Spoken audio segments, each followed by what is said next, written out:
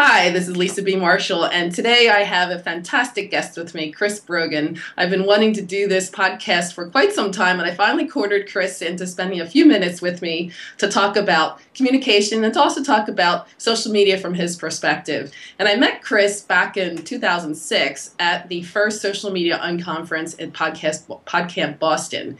And at the time, Chris was a very influential co-founder of that conference, and since then he's done lots of things. He's created a very popular blog, he's written the New York Times bestseller Trust Agents, he's developed several companies, and right now what I find interesting is that he is the president and CEO of a Human Business Networks, which is an online education company for small businesses and for solo entrepreneurs.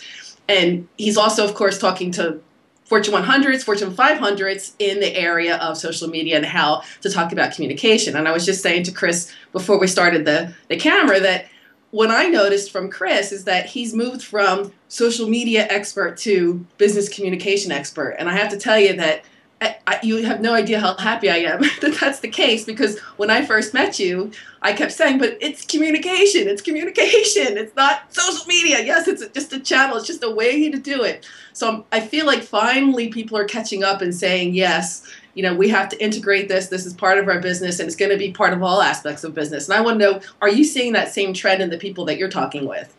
Absolutely. Although it's really funny because as I have walked away from the term, that's the term people are starting to get comfortable with. So I had a chance to meet a week or so ago with Bob Iger, the CEO of Disney, and he was, I saw your video, yeah. Social media. He knew exactly what I meant. And 3 years ago that conversation would have been like, what? And I'd be like, well, like PR and marketing, only not. And so, I mean, as the trend now is finally, has some weight around it. I mean, my biggest fear of being social media guy is that it'll be like being a child actor. I don't want to get stuck in that You're run out, right? That was his big to-do, right? Exactly. So I just think, I think that positioning-wise, what I've taken from the tools is how to build a really strong and powerful network, how to do business in a very humanized way. And so I've been sort of making sure that that's the packaging that people get. Okay, so when you're talking to businesses now, I'm assuming in the beginning it was social media, like you just said, but now when you're starting to talk to business, particularly businesses that get it, what are they focusing on? Is it quantified? Is it measured? Is it metrics? Is that what they're really focusing in on? In 2011, for sure, metrics is far more important than it was in 2009. In 2009, people were like, this is all just so confusing and gee whiz. And, they looked like the before part of an infomercial. Oh, I'll cut my fingers off. Yeah, but everybody's a complete idiot, right? That's right. I mean, every infomercial pre-part shows a person looking worried and throwing things. And then afterwards, they're like, oh, this is a coffee mug. Before I was using my hands. So that's kind of what I think about when I think about this space right now. And so we're in the after part. We're in the part where everyone gets it. They're saying, well, now what? And show me the money and show me the metrics. And so clients that we pick on, like Molson, for example, the Henry Ford Museum, not the car company, they were looking for butts in chairs, basically. In one way or another, show me a sales number, show me some kind of metric. And I'm happy because that's what I pushed for a long time. I don't care how many people follow you on Twitter. I don't care how many people hit your like button. Did we or didn't we ring the register? And that's what I'm selling. Right. Absolutely. I can't agree with you more. I'm really very thrilled now that everyone is finally coming to this realization, because I think it's a much easier sell. You spend so much time talking about what it is. Now it's a matter of getting people to do what needs to be done in order to expand their businesses. I quite agree. So tell me about what you think some of the trends are going to be besides businesses embracing social media. Can you give me some specifics of what you might see? Absolutely. I have at least two, maybe three. One is that we're going to do a lot more mobile development. And when I say that, I don't necessarily mean just for the 3-inch device. As we've started developing for 3 inches, the 9-inch device has started to take some prominence. So between that is the Samsung Galaxy Tab and the RIM Playbook and the iPad and all this. We are working in this new world where it's not presumed that everyone's going to be looking at something on their laptop, nor is it presumed that they're going to be looking at it on their 3-inch phone. That changes a lot of things. But two, I think as part of this mobile trend, also because especially in the West, in the US, the ubiquity of more and more powerful broadband, as 4G rolls out everywhere, that means almost like what you're used to for home speeds on your mobile device. We'll get more video and more mobile video, which means smaller bytes, smaller bytes, smaller bytes. The other thing I think is a trend that's sort of an anti-trend that people wouldn't expect is a return to better email marketing. And the reason I think that is that because people are saying, oh, email is dead, everyone lives on Facebook. It's totally untrue. Bad email marketing is dead.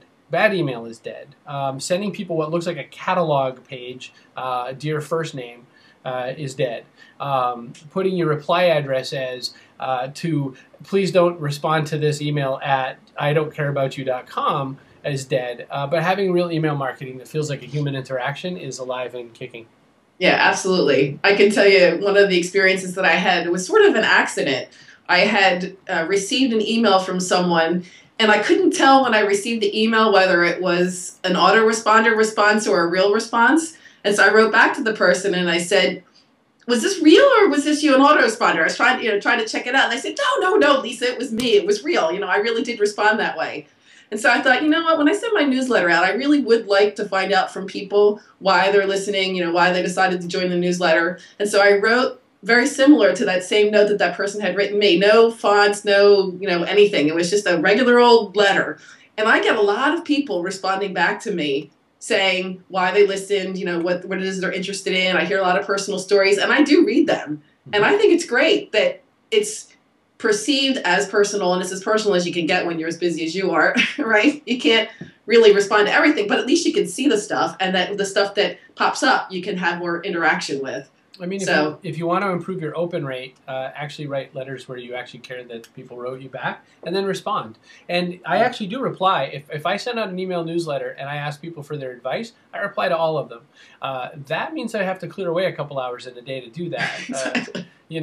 If you get a couple hundred responses back and it's in a minute of response, I mean, you're talking more than 2 hours of responding. But that said, I'd much rather get 200 responses back and have that problem than the opposite, which is have no one care what I'm doing. Right. I remember when I first started out, I used to be jealous of you, Chris, because I would see you on Twitter or on your blog, and you'd post something else for an opinion, and you get all these responses back, and I would post out for an opinion, and I get chirping. I would get nothing back, and I'm like, wait a minute. So I understand that, but once you do get it back, then you do have to follow through. Otherwise, you're doing it for nothing. Exactly. So tell me about the mistakes that you see coming. I think that they're already happening, and some of the mistakes are that people are using these new social channels in a very automated fashion, and they are doing that to try to scale. But that's like inventing the answering machine the day after you invented the phone. I mean, there were about 100 years between the phone and the answering machine invention, it turns out. However, in our case, we've created robo-dialing and answering machines right out of the gate. Here's this new way to reach someone in a very personable way, and here's a way to make it not personable anymore. That's what we're doing. So I think that's a big problem. The other problem I see is that brands are trying really hard at the wrong things. Oh, if only I get more likes on my Facebook page, that'll change the world. No, it will not. And the companies who are doing that are the ones who then visit me a year later and say, we need better calls to action, or we need better metrics, etc. And I very happily sell them the same basic metrics I would sell anybody, because business is always going to be business, and if you're not ringing the cash register, then you're not really tracking the right thing. So I noticed on your blog recently you did a post about Facebook. That's been something that I've been also kind of watching closely. For the Quick and Dirty Tips team, a lot of their audience is more of a Facebook audience versus for you, your audience is more of, I'll call it, Twitter audience, technically speaking. So it's interesting that you had said to me, you weren't getting much traction on Facebook, you weren't ringing the register on Facebook, so you're wondering what it was. So I'm wondering, what have you learned from that post, from the interactions, and what do you think going forward for you as a business-to-business type of person? Do you think Facebook, what will that hold for you? I still am finding it tricky. I have intentions to try some stuff, though. I just started talking to somebody about building me a page using markup language, the FBML language, and making something pretty for me, because I don't have that skill, and I can go in there and populate text all day. I can type. I'm a typist. But really? Author? That's what I say to people. But I can't make things pretty. And what I've learned, some of the stats I've learned, is that making use of Facebook ads work if you keep people in system. If I've got the ad over in the corner that guides you to another part of Facebook, you will likely go to it. If I put the ad and it flips you off the site somewhere, you're going to drop out right away. there's almost 0-second bounce because they go, oh, I didn't really want to leave Facebook. Right. So I have to make something that works inside the Facebook ecosystem. What I don't really know yet, how that's going to convert or not, but the numbers are so staggering inside of Facebook, and the responses that I'm seeing from other friends who've tried ad campaigns at pennies on the dollar. I mean, CPMs, cost per thousand kind of expenses of like 0.4 cents and then 4 cents as being the high number, and spending like $200 to get 5 million people to look at something.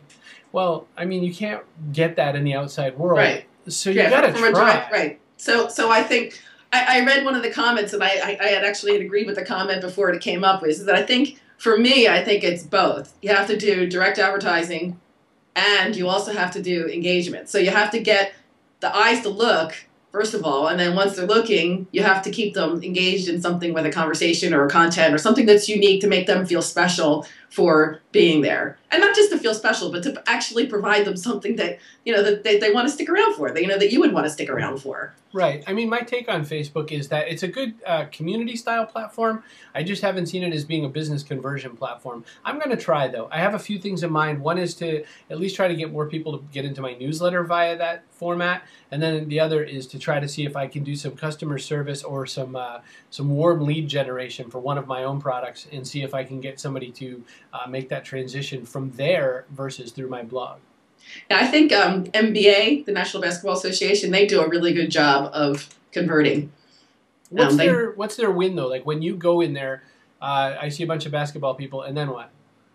I think what they do is they have a lot of follow-on sales. So they'll do a contest, but at the end of the contest, you vote, like you'll do a poll, and at the end of the poll, it'll say, do you want to buy tickets for this, or do you want to go to this show? And so they're good at continuing the conversation and taking the next step down the sales funnel. I think a lot of people stop at the first step of the sale. They start the engagement of the conversation, but they don't make necessarily the offer. And either they're making the offer first, which is not the right thing to do, or they're not making the offer at all. So I think that the thing that I noticed about MBA is I think that they're taking the time to build the relationship first and then doing to the offers. Interesting. So sort of like a poll, like who's more like LeBron James or Shaq?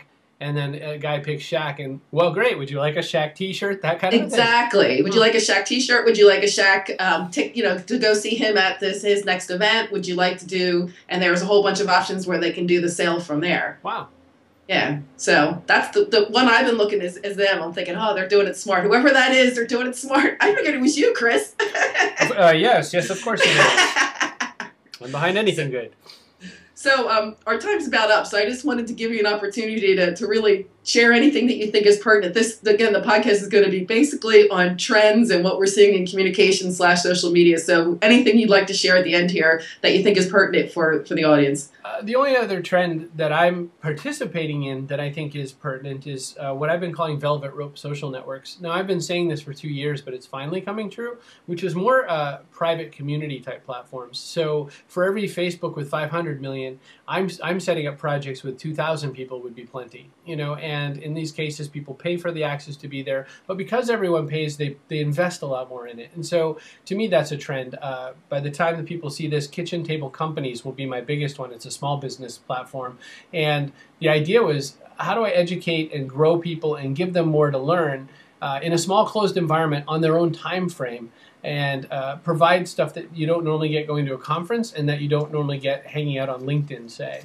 So I see that more people are making these kinds of plays, and some of them are just information products for how to market or whatever. But I think that people who are trying to look for real thriving community ecosystems will have a lot of value in sort of looking for that sort of play. Yeah, in fact, I've been thinking about myself with a business partner. We've been thinking about building something which allows people to have, I always call it the opposite of quick and dirty, slow and clean. I don't mean it to be that way, but something which allows you to have the investment in time, allows you to really gain the relationship, over an extended period of time, and to have interaction not just with the key person, but with the people who are part of that group who are also invested in it. And I think that you're absolutely right that is the direction that people are heading. I'm with you. Okay, well, thank you very much. I think that this has been a productive conversation, and I finally cornered you into my podcast. and I'm really happy that you were able to join us. This is Chris Brogan again. He is the president and CEO of Human Business Works, which is an online education company for small businesses and solo entrepreneurs. He's also a professional speaker. He talks to Fortune 100s and Fortune 500 companies about trends in business communications and also in social technologies. So he is, besides that, just a great guy, really personable, really authentic, and really does know his stuff. So he's Chris Brogan. I hope you'll visit his website at MarshallBrogan.com.